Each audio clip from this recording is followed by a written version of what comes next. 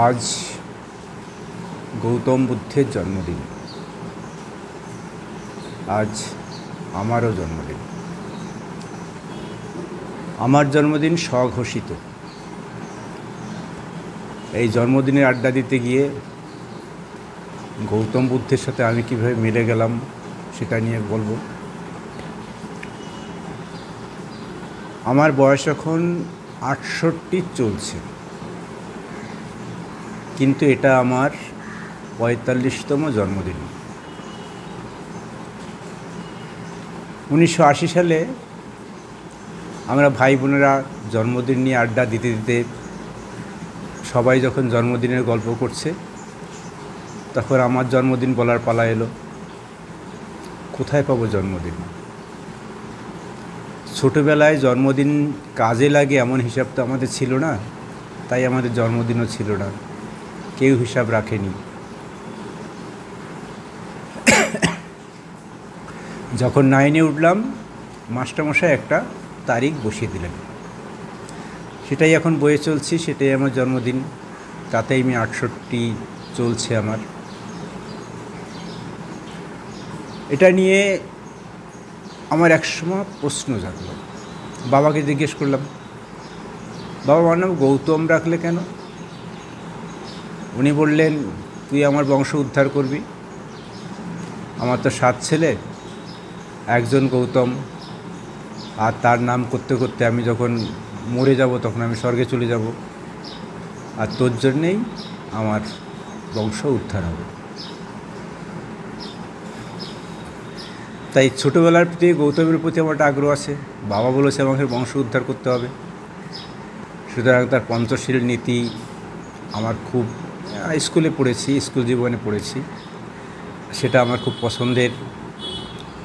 তার নীতিতে কী ছিল? পঞ্চশীল বইতে পড়েছিলাম তার পঞ্চশীল নীতির কথা। হত্যা করবে না, চুরি করবে না, মিথ্যা বলবে না, আর মাদকাসক্ত হবে না। আর একটা আছে, যৌনতা, অসৎ যৌনতা। দেখুন, আমি ছোটোবেলা থেকে এটা খুব মানতে চেষ্টা করেছি। বাবা বলেছে আমার গৌতম হতে হবে, বংশ উদ্ধার করতে হবে, তাই আমি গৌতম বুদ্ধকে মনে মনে খুব শ্রদ্ধা করতাম, তাকে মানতে চেষ্টা করতাম। আমি হত্যা বলতে মশামাছি হত্যা যদি হত্যার মধ্যে না পড়ে, হত্যার মধ্যে ক্রূরতা আছে সেটা যদি ধরে নিই, তাহলে আমি হত্যা করি না। মাছ ধরেছি, মুরগি মেরেছি খাওয়ার প্রয়োজনে, হাঁসও মেরেছি, সেটা ছোটোবেলায় মেরেছি। এগুলো বাদ দিলে আমি আর কোনো হত্যায় নেই, আজ পর্যন্ত নেই। আমি চুরি কখনো করিনি, চুরি করব এটা এখনও ভাবি না। মিথ্যে কথা আমি বলি না, জোর গলায় বলতে পারি, সজ্ঞানে মিথ্যে কথা আমি এখনও বলিনি। যদি মিথ্যা কথা যখন দেখেছি, মিথ্যে কথা বলা ছাড়া উপায় নেই, তখন মৌন থেকেছি, অন্যভাবে এড়িয়ে গেছি, কিন্তু আমি সরাসরি কখনো মিথ্যা বলিনি, এখনও বলি না। আর মাদক না, আমার জীবনে মাদকের কোনো স্থান নেই। সেই ছোটোবেলায় ভালো ছাত্র যে বন্ধুরা যারা বৃত্তি পরীক্ষা দেবে, তারা বোর্ডে থাকতো, মানে স্কুলে থাকতো, তাদের স্পেশাল যত্ন নেওয়া হতো হোস্টেলে রেখে। একদিন তারা বললো, গৌতম আমাদের সঙ্গে থাক। তাদের সঙ্গে এক রাত কাটিয়েছিলাম। এক রাতে 10টা সিগারেট খেয়েছিলাম, এক প্যাকেট আমার পকেটের পয়সায়, স্টার সিগারেট 10টা খেয়েছিলাম। পরের দিন ভয়ে আর বাড়ি যেতে পারিনি। বাবা যদি মুখে গন্ধ পায়, বন্ধু বাড়ি কাটিয়েছি। সেই আমার শেষ সিগারেট খাওয়া। তারপর থেকে অন্য কোনো ধরনের মাদকের সাথে আমার কোনো পরিচয় ঘটায়নি। রইল বাকি যৌনতা। এটা নিয়ে গ্যারান্টি দেওয়া খুব মুশকিল। বিয়ে থা করেছি, এতটা বছর কাটিয়ে আসছি, ধরুন একটা মানুষের প্রতি আমি খারাপ দৃষ্টি তাকালাম, সেটাও তো এক ধরনের যৌনতা। এটা নিয়ে আমি কোনো গ্যারান্টি দিতে পারি না, কিন্তু এই 5টার ভিতর 4টের ব্যাপারে আমি বলতে পারি আমি মেনে চলি। তার মানে আমি গৌতম বুদ্ধ, প্রায় গৌতম বুদ্ধ। হ্যাঁ, নিজেকে আমি প্রায় গৌতম বুদ্ধর মতনই ভাবি, ভালো থাকতে চেষ্টা করি, মানুষের সাথে ভালো আচরণ। কিন্তু ইদানিং খুব মাথায় গণ্ডগোল হয়, ঝগড়াঝাটি করি, পরিবারের সাথে করি, অন্যের সাথে করি, অনেক খিটিমিটিতে জড়িয়ে যাই। যাকে এটা হচ্ছে আমার বাবার ইচ্ছে মতন গৌতম বুদ্ধ হয়ে ওঠা। তবে দুঃখের বিষয়, বাবার মৃত্যুর সময় আমি কাছে থাকতে পারিনি। যখন তিনি মারা যান, ঘরেই মারা গেছিলেন, ভাইয়েরা ছিলেন, আমি সেই সময় অফিস থেকে এসে উঠতে পারিনি। তাই বাবা যে স্বর্গে গেলেন এ ব্যাপারে আমি নিশ্চিত নই, তবে তিনি স্বর্গে ছিলেন এ ব্যাপারে আমি নিশ্চিত। তার সন্তানদের মধ্যে 101 বছরে তিনি মারা যান, তিনি মানে স্বর্গসুখ পেয়েই গেছেন, এ ব্যাপারে আমার কোনো দ্বিধা নেই। সুখ দুঃখ তো থাকেই, সেটা বাইরে।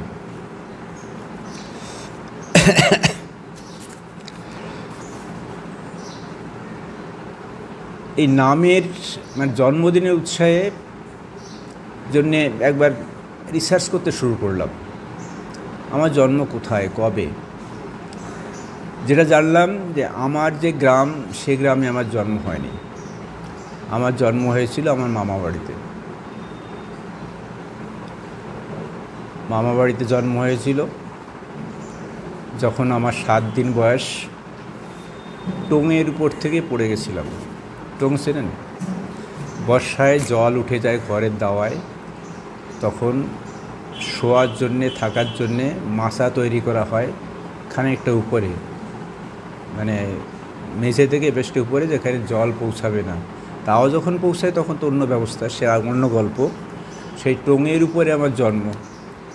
সেই টোঙের থেকে পড়ে গেছিলাম, যে কোনোভাবে পড়েছিলাম, পড়ে গিয়ে মাথা ফেটেছে, এখানে এখনও দাগ আছে।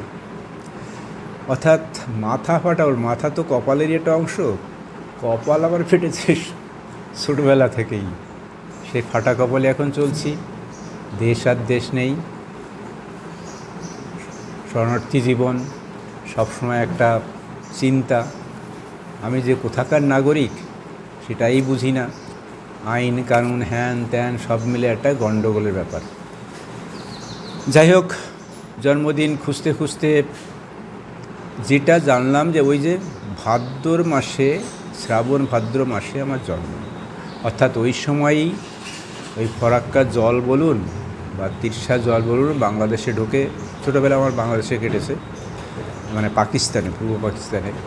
সুতরাং সেই কী বলে, জলে যখন আমরা ডুবে যেতাম, ঘর যখন ডুবে যেত, সেই সময় যদি আমার জন্ম হয়ে থাকে, 7 দিনে যদি আমি মাটিতে পড়ে থাকি, তাহলে আমি শ্রাবণ বা ভাদ্র মাসে কোনো একটা সময় জন্মেছি। কারণ ওই সময় এটা হয়, শ্রাবণের শেষ, ভাদ্র। জন্মদিনের হিসাব পেলাম। জন্মদিনের গল্প করতে করতে একটা গল্প বলি। আমার মামাবাড়িতে আমার এক দাদা আছে, আমার সমবয়সী। সে বিয়ে করেছে, তখন আমি 10-এ পড়ি। 10-এ পড়ে একটা ছেলে দাদা বিয়ে করে ফেলেছে, তার থেকে একটু বড় হবে সেইটা ভেবেই। বৌদির সাথে তো চুটি আড্ডা দিয়েছি, এত কম বয়সী বৌদি, মানে প্রায় সমবয়সী বৌদি। হ্যাঁ, তার সঙ্গে খেলাম দিলাম, গল্লা করলাম। হঠাৎ মামিমা, মানে মামি হচ্ছে ওই মামাবাড়ির মামিমা, মানে অনেক শরিক, তার ভিতরে এক মামিমা। মামিমা বলল, স্যার গৌতম জীবেশের আগে জন্মেছে না? মানে মুহূর্তে আমি ভাসুর হয়ে গেলাম। ব্যাস, আমি ওই যে ওখান থেকে বেরোলাম, আর সেই বৌদির কাছে যাইনি। এখানে যাই হোক না কেন, এখন আধুনিক সময়ে ভাসুর দেওয়ার সম্পর্কটা অনেক পরিষ্কার, কিন্তু আমাদের সময় অত পরিষ্কার ছিল না। ভাসুর মানে একেবারে জমের আর এক দুয়ার। সুতরাং ভাসুর তার ছোঁয়া খেয়েছে, এরপরে বৌদির কপালে কী জুটবে সেইটি ভেবে আমি আর সেই মুখে হইনি।